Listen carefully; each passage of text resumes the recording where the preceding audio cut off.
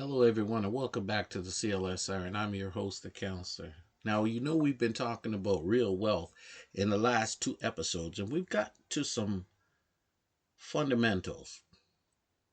Now, we're going to get back to part three, where we're going to talk about specific things that you need to do to get some real wealth. Tired of hearing the lies and the alibis out there? You want to hear the truth, what you got to do. It's going to take some work. It's going to take some real work, but you can do it. And often there are people that say, oh, you know what, I don't really have any money, so I can't do it. Well, you know what the truth is? Anything that you can start with is a start, and it will build, it will grow, and you will see it grow as long as you have some real discipline. So, what I'm going to go to right now is understanding real estate. So just to invest in real estate, it's a good idea. Population's growing. There's a couple things to consider when it comes to real estate, especially that they're assets. Okay, relatively stable assets like rental properties or potential development land in a steadily growing area is a good way to build wealth.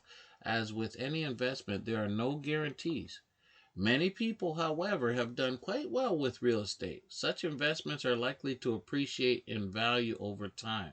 For example, some people think that an apartment in Manhattan, New York, is almost guaranteed to increase in value over a 5 year period.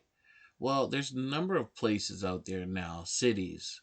Toronto's one that's growing, and people say, well, I can't get in that market. It's so expensive. Well, that's because we're always trying to own everything. We've been taught that we have to own everything. And see, that's the problem. See, rich people, they don't want to own anything.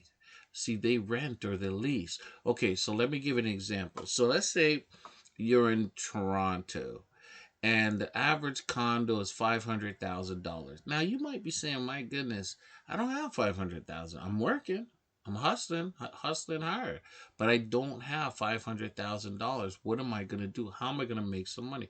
Well, instead of trying to buy that condo, try to rent that condo. Like for example, find a condo like a 2 bedroom or 1 bedroom plus den and rent it out. You rent it out under your name. You got good credit. You rent it out under your name. You have people in there renting. Sure, you might only make $200-300 a month doing that, but it's still income, right? So let's say you do that 3 or 4 times. Next thing you know, you're getting $1,000 a month, and then you're on your way.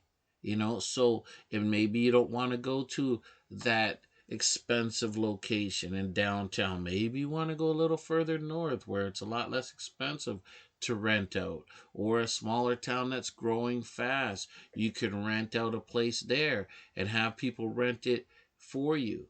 You know what I mean? They live in it and pay the rent, and the bonus is yours. You know what I mean? You charge them a little bit extra. You get the best rate that you can, and you have somebody in there paying. Next thing you know, you're making a cash flow. And you're not having all the extra bills, all the property tax, all the crazy utilities. You are making sure that you are coming out with a profit. And that's the difference. See, a lot of people think because they have a condo that's $500,000 that it's just going to grow and they're going to make profit. A lot of people don't understand all those extra fees and taxes. Those are the ones that kill your finances. See, as I said, people, a lot of the riches isn't what we are trying to make, it's what we're giving away. We have to understand what we're giving away every month. What's going out? Not just what's coming in, what's going out. What are you giving away? What are you living with that you don't necessarily need? You want it, but you don't necessarily need. See, until you get your cash flow game going, you're not really going to make money. You got to understand the difference between assets and liabilities. What's costing you money? If you have a car, is it making your money or is it taking your money? And that's what you have to figure out. But real estate is a great place to go. And I want you to also consider investing your time. Like, you might like having free time. So you give yourself a few hours a day to do nothing. But if you were to invest those few hours into getting rich, you could work towards having 20 years of free time. 24 hours a day with early retirement. What can you give up now in exchange for being rich later? Investment advisor. They're out there, right? They like think about that. You could be doing some shows, some podcasts where you can give information and how do you make money. You could do some advertising. You can get some of your businesses, your local businesses, to advertise through your podcast. You don't necessarily charge people to listen to your podcast. You just get on the airwaves and you charge those um, organizations. It could be a beer company, it could be a clothing company, it could be a health facility, someone who wants to have their business advertised through your podcast. There's ways to do it. You have these options, but your time is valuable. How you use that time is very important. You can make money in your spare time. Let's say in your weekends, instead of going out and partying all the time, what are you doing? Right? One thing you want to be considering is avoiding purchases that are likely to depreciate rapidly, which means go down in value. Like spending 50,000 on a car is sometimes considered a waste because it's likely that it won't be worth half that much in like 5 years, regardless of how much work you put into it. As soon as you drive a new car off the lot, it depreciates about 20% or 25% in value and continues to do so each year you own it. That makes buying a car a very important financial decision. See, how do the rich think? See, the rich are thinking different. They're thinking, let me start my little business name. And then what happens is, when I do my business, I can lease a vehicle and I can claim the depreciation value. I could still have that nice car. And there's a lot of people going, well, there's a lot of things to consider when leasing. Nah, don't do it. Well, the thing about leasing is, yes, people worry about giving that money up. But the truth is, you're giving money up anyways. And you know what? You can lease, and you have to make sure that you are watching your expenses and watching your kilometers, and that's okay. But you get a certain percent back. When you buy that car outright, you get nothing back. And as you can see, there's a lot of cars on the market out there. There's no shortage of cars. So what you need to understand is leasing may be a good option. Remember that we've been taught to own everything. However, sometimes you have to look deep, deep, deep inside yourself. Okay, so for example, let's say you have a home and you've paid $500,000 for this home. Now, you think you own the house, but you don't really own the house. You never really own the house, especially here in North America. And you're probably saying to yourself, counselor, what do you mean I don't really own the house? I've got a mortgage, it's paid off, and it's mine. Well, the truth is, you have to pay what every year? You have to pay property tax. Now, let's say, for example, you lose your job and you can't pay property tax. What's going to happen to that house when you stop paying property tax? Who's going to take that house? Yes. Well, I'll tell you, even in Canada, if you stop paying your property tax in certain provinces after maybe a year or so, the government wants its money. And it doesn't matter what you loaned from the bank and you paid that off. That house is really not yours. Think about it. They will come for your house. If you fail to pay your property tax, like after a year, you've been given a warning and you're still behind, right? There's a good chance you could lose that house. It's happened. That's why they call it auctions. They have auctions in every province where they auction off homes. People don't know these things. They don't look for it because they're looking out on the regular market. We're being blinded. But the truth is, if you don't pay your property tax, the government will come in and auction off your home just to get those property tax paid.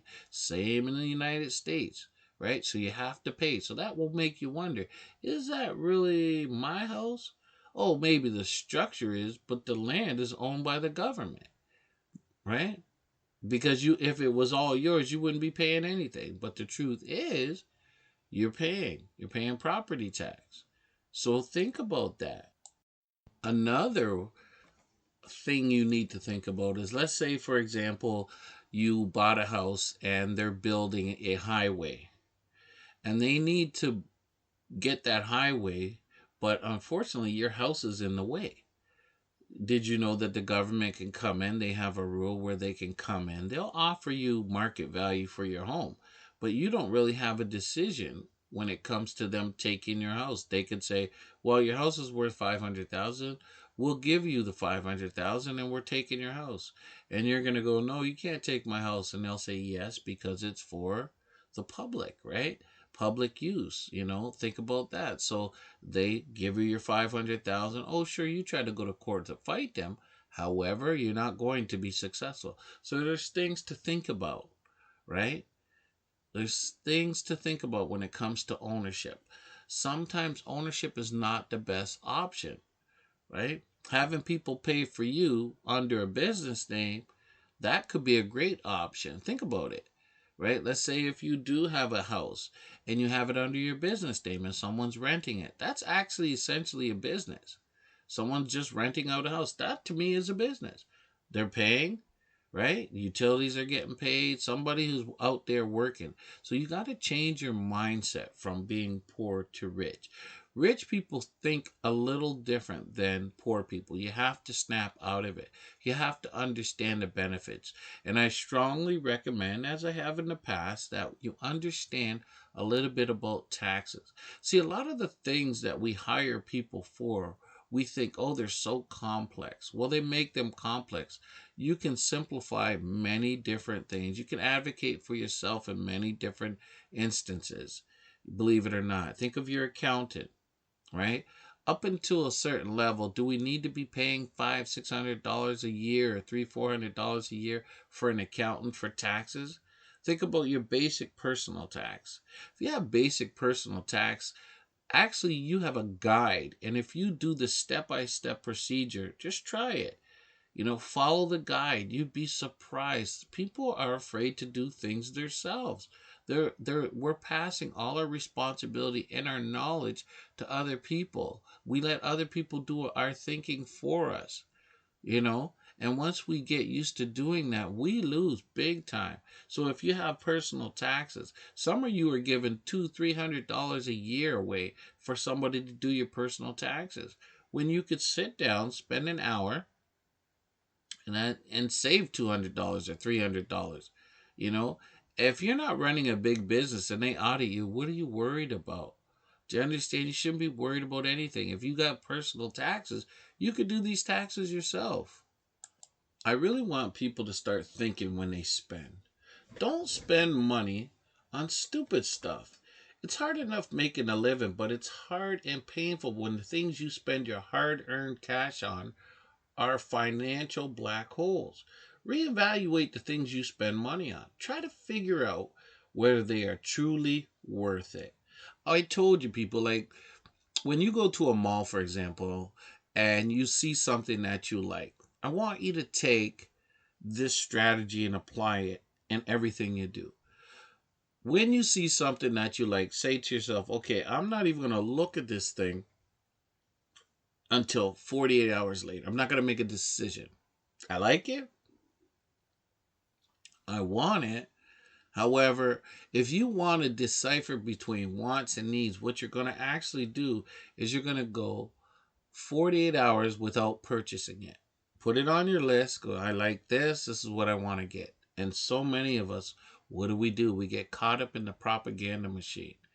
Instead of waiting that 48 hours, I guarantee you what happens if you wait 48 hours. Your mind's going to go, I really don't want that. I don't even need it.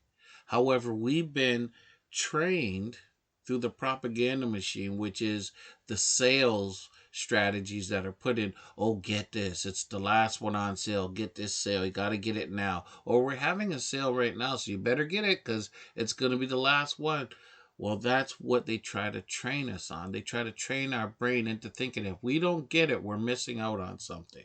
And that is a strategy that is system-wide, worldwide. Get it now, or it's going to be gone and you'll never have the opportunity again. And that's just not true. There's always going to be a sale. There's always going to be something material coming up. You got to be patient, but it'll always come. Matter of fact, if you're patient and you wait, there's a great chance that you'll get it at a greater discount. See, you have to be a smart consumer, all right? Instead of being a consumer, you have to be a prosumer, okay? And we're going to talk about the differences, right? Later, but the truth is there are things that we need to look out for. We have to process what's being put in our brain. What are we actually doing? Are we being reactionary? Are we falling for this sales pitch? It's always now, now, now, now, now, right? Think about it. Think about certain things. Like, okay, I want you to consider these things I'm going to tell you about.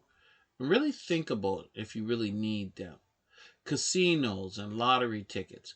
The lucky few make money, the rest of us lose it. There's vices such as cigarettes. Heavy smokers can only watch their money go up in smoke, right? So when you get these habits, it's a lot of money. Think about it. Cigarettes are like $12 a pack. And there are people who are saying, I don't have any money. I don't have a penny. I'm always broke.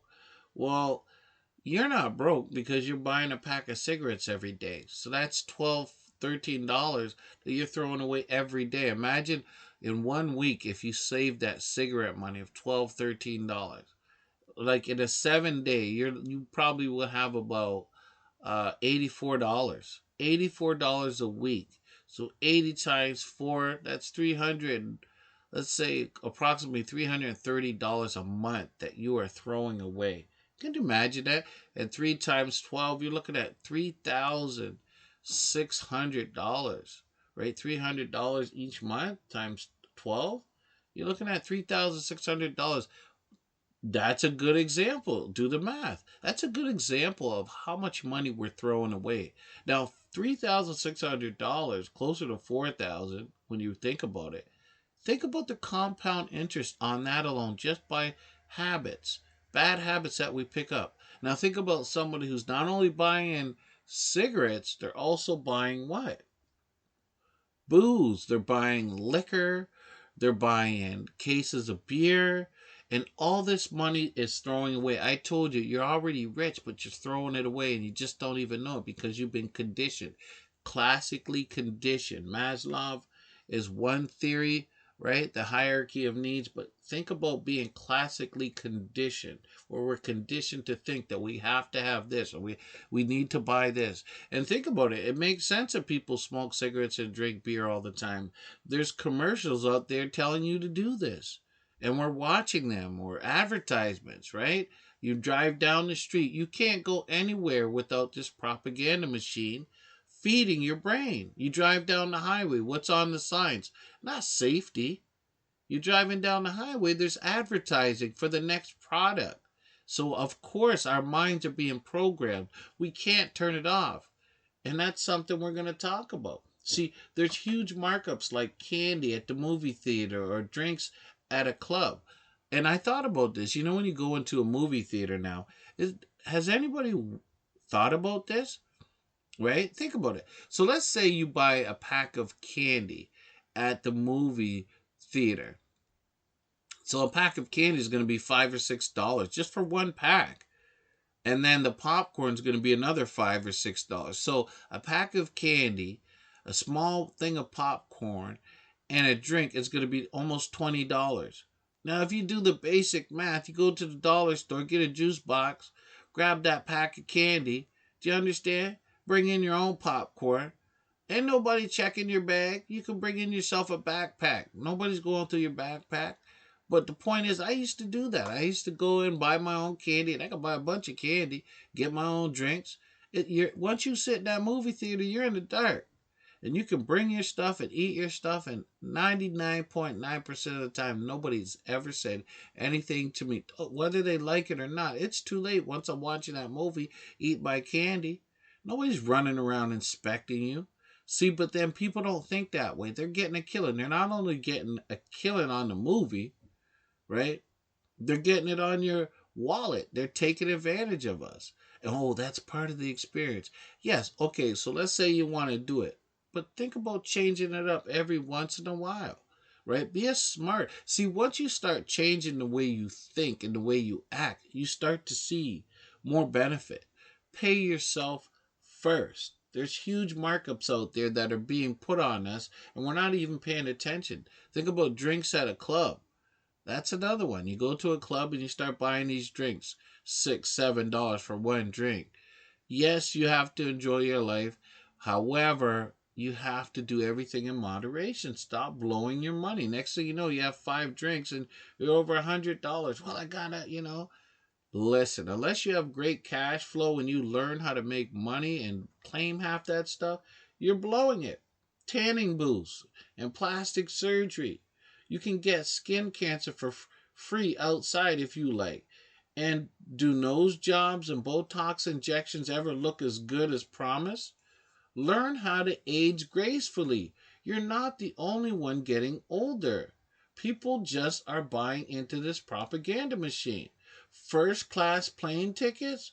What are you getting for that extra $1,000? A hot towel and another 4 inches of leg room? Invest that money instead of throwing it away. I mean, think when that plane goes down, whether you're in first class, right? Or you're in the second class, or if you're at the end of the plane, it's going down. Nobody's surviving. So what are you paying for? Right? Oh, what? To be separate from the human race? That's great. However, if you want to have cash flow and you want to have money, stop blowing it. Now, if you're so rich and you're a multimillionaire and that's what you do and you can claim it, beautiful. If you got points through your credit card and it's working for you, beautiful. However, think about the balances, what the annual fees on these cards. They're getting you one way or another. There's ways you can make wealth. And credit cards aren't a bad thing, but we don't understand enough about them. Okay, we don't understand how to use credit. We've been told one thing, but we don't really understand. We're using instruments out there that we fully don't have a knowledge on, right? So I want you to stay rich. It's hard to get rich, but it's even harder to stay rich. See, people who make money, one of the biggest problems that they have is being able to keep it. See, your wealth is always going to be affected by the market, and the market has its ups and its downs. If you get too comfortable when times are good, you'll quickly drop back to square one when the markets hit a slump.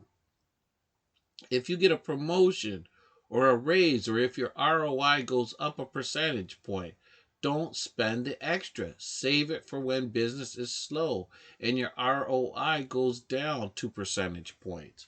Start being a smart person. Start thinking. Stop reacting. Too many people are reacting. They get a little bit of profit and they want to run and spend. Okay? I want you to excel academically. Whether it's a 4-year college or vocational training, some successful people pursue further education beyond high school. In the early stages of a career, your employees have little by which to judge you besides your educational background. Higher grades usually lead to higher salaries. So let's say you didn't do so well. Okay. And I'm going to tell you, if you didn't do so well in school and you hated it and it got on your nerves, well, maybe you started working and you start to upgrade a little bit. Okay. Because the truth is, you can do that. There's so many ways for you to upgrade, to do better, to change it up. Look at yourself. What can you do? You don't need to spend 5 to 10 years in school if you don't want to. You could take a course on finance, financial literacy. I don't think there's enough people understanding about financial literacy. There's too many people going to school, but they're not being taught about real finances, and it's for good reason, right? There's a good reason for that. Education system is for people who are going to labor, who are going to work, and it's good for many people, and you can make some money. However, 99% of us don't make wealth from it because we don't understand. You can do okay, but they're not trying to teach you about real finance. They're not teaching you how to buy businesses. They're not teaching you about the real money. They're not telling you all these things about transactions and how to go for certain loans. And they're not teaching us that in school. Why? Because the rich want to be rich. They don't want you to wake up from that dream that you're having, the dream that you're having about getting rich, right? You remember what we talked about? What is that? The definition of insanity is to do the same thing over and over again and expect what? Different results? That's crazy. You know when you're working every year what you're making, and the prices are going up. So if your pay's not going up, you got to do something different. You got to add to it. You got to keep producing.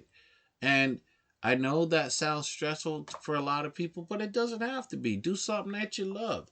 Give a little bit of your time, right? Choose the right profession. Think about it. A lot of people are choosing, oh, you know what? I gotta love this. Yes, it's great to do things that you like, but there are careers that you could look into that have a salary that you can live off, right? And really do well with. Sometimes, people say, well, don't take things that you don't like. Listen, if you want a certain lifestyle, look at certain careers that are going to get you there. Choose the right profession. Look at salary surveys, which indicate average annual incomes for specific professions.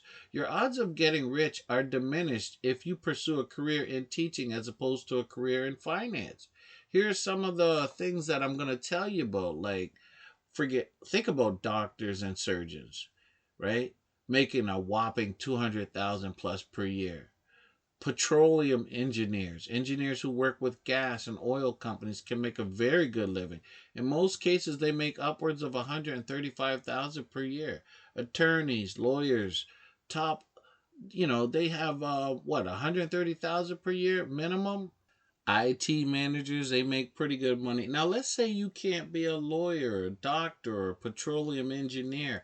Well, sometimes you could do some good work and make a really good earning if you start to take matters into your own hands. Be practical. Start your own small business. Let's say you're not making as much as these people, but you want to make more. You have a job, you're making half of what these people are making. So go to work. Start maybe using your time, your extra time, whether it's deliver, have people work for you. You know, let's say you're making $40,000 a year. So then you put some money into getting a vehicle. And then you hire a person to do work and use that vehicle. So they're working for you. And next thing you know, they're making money while you're making money. And it just adds up. Put people to work. Invest your money to make more money. Don't wait for somebody just to pay you through a job. Put your money to work, right? You can make money doing that. Don't try to do everything yourself. That's the problem. We get stuck when we think that we have no options. Use that money. If you get $2,000-$3,000 saved, say, okay, look, I could get people to work for me, like cleaning houses. You know what I mean? Get somebody who's going to work for $10 an hour. Hire them, get a couple contracts or get a couple people who want their house cleaned, 2, 3 times a week, and you pay that person per hour. So let's say you're paying them $10 an hour, right? But you're charging the person $15, for the worker. You're still coming out with a killing. You're doing good, but you're thinking for yourself. See, once you start learning to think for yourself, it opens up doors. It opens your eyes. Too many of us are not thinking. We're feeling stuck because we're only thinking about these careers that are out there. And if we don't meet them, if we don't spend years in school, you don't need to spend years in school, but you can spend a certain amount of time in school and get a good career going, and you could use that career to increase your wealth. But too many people, and I gotta say this, there are too many people out there making a good wage, but they're blowing it. So if they make 100,000, they think they could spend 200,000. They lack discipline.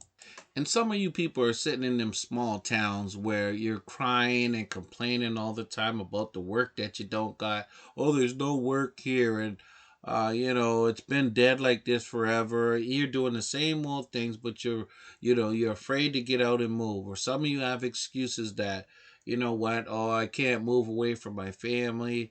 I gotta stay here. This person's dependent on me. Well, I'm gonna tell you right now, nothing's gonna change if you don't change.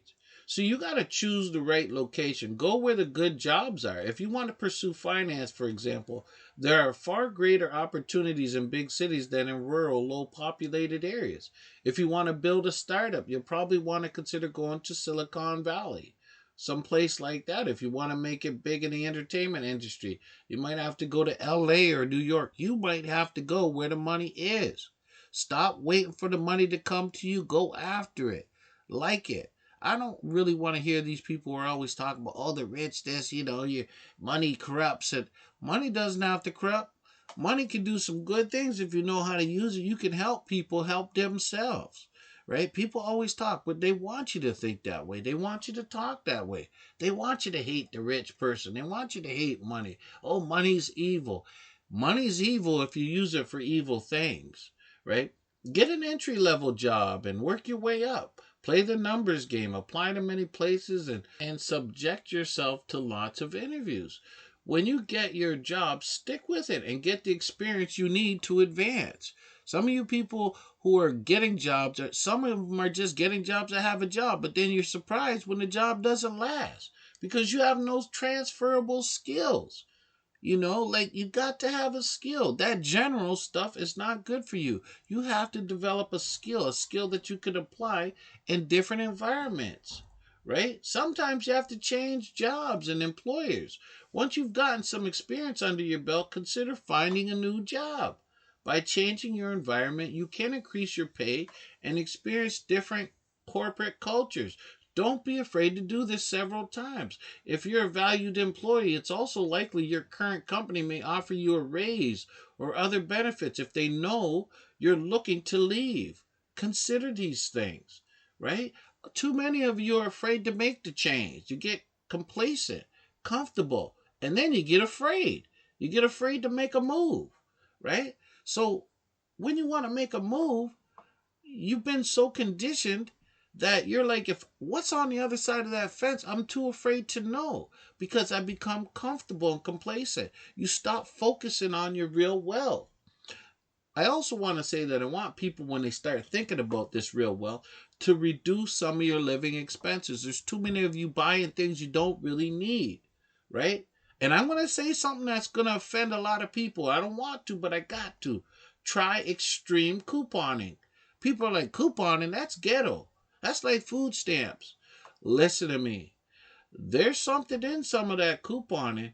If you take $100 and you save $25, you're going to laugh, right? You do that 4 times in a month and you save $25 each time you go shopping. That's $100 for yourself. It adds up. Over a year, that's $1,200. People don't use the thing that's in front of us. They don't ask for it. You'd be surprised that a lot of those products that you're getting, you could get a coupon for and get a discount. But if you don't ask for it, you're not going to get it. It's one of the best feelings in the world when you can get paid to take home stuff you regularly use. If you do not do this right, you can actually get paid to coupon. At worst, you'll save a few bucks that you can tuck away for a rainy day.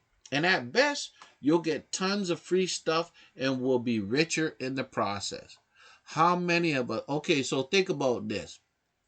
Some of you you're just funny. You don't even think properly. Think about you wanting to go to McDonald's. You get a whole family and then you get those McDonald's.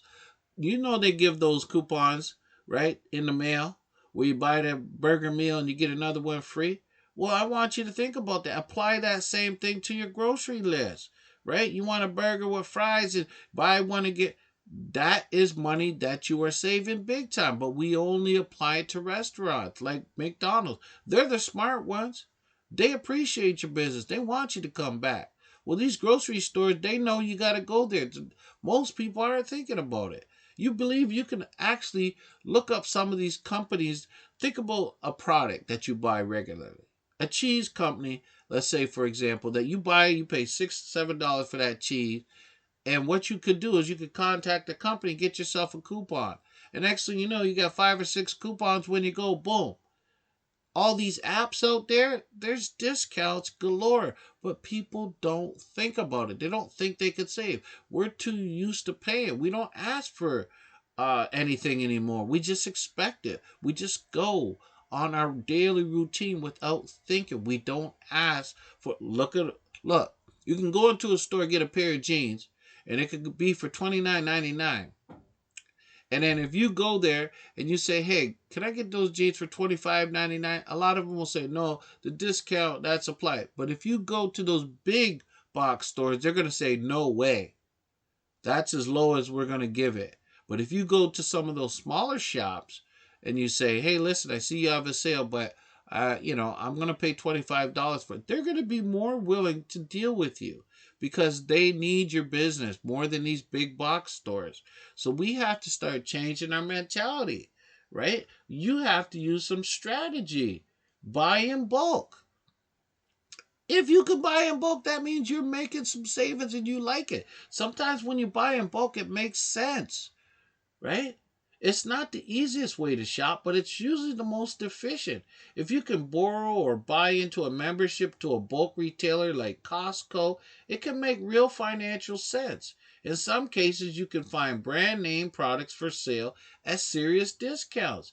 If you're hungry and you like chicken, buy 4 pre-cooked chickens at Costco at the end of the day. And when they go on sale, sometimes they'll drop $5 off each to $2.50 each, meaning that you get at least 10 hearty meals for about $1 each. Freeze any chicken that you don't eat immediately. Right? Think about it. Some people are doing that. They ain't spending hours cooking no chicken, burning up their utilities. Some people are saving in all kinds of ways. Buy those chickens on sale when they come on sale. Put them away. Next thing you know, you got a meal for 2 days. There's ways you can save some serious money, but people aren't doing it. Learn to can foods. Up to 40% of food in America goes to waste before it is ever eaten. Succulent peaches, blueberries, and even meats can be canned and stored for consumption later. Be smart about the food that you buy. Actually eat it. Food wasted is money wasted. How many of you are wasting? Reduce your utility bills. Electricity, gas, and other utilities can deeply impact your monthly budget if you let them. So don't. Be smart about ways to keep your home cold during the summer and warm during the winter. You may even consider investing in building solar panels to channel the sun's natural energy into electricity. Keep your utilities low and watch the money you save. It'll start to mount. I'm telling you. Well, people, we've talked about some real wealth, and that really got you thinking. And I know some of you have to start making some changes. And you don't know how, but now you do. Now, that was Real Well Part 3. And we got to do Real Well Part 4. Because this is a time, more than any other time during COVID-19, that we have to start thinking right. We have to change. It's a reset, people. Start thinking about what you're doing and what you're consuming and what you really want. Wants versus needs. Start thinking about you making 5 trips a week. And see, some of you try to go, oh, well, you know what? I go shopping and I only get my milk, my meat, and my bread, and I do it 2-3 times a week. Well, listen, think about this. If you use some of the strategies that I said, you're going to change your mindset because 2-3 times a week means you're spending $20 in gas or $10 in gas just to get to these. So that's $30 just in driving, here and there. Next thing you know, you're spending $50 in gas just in picking up little things.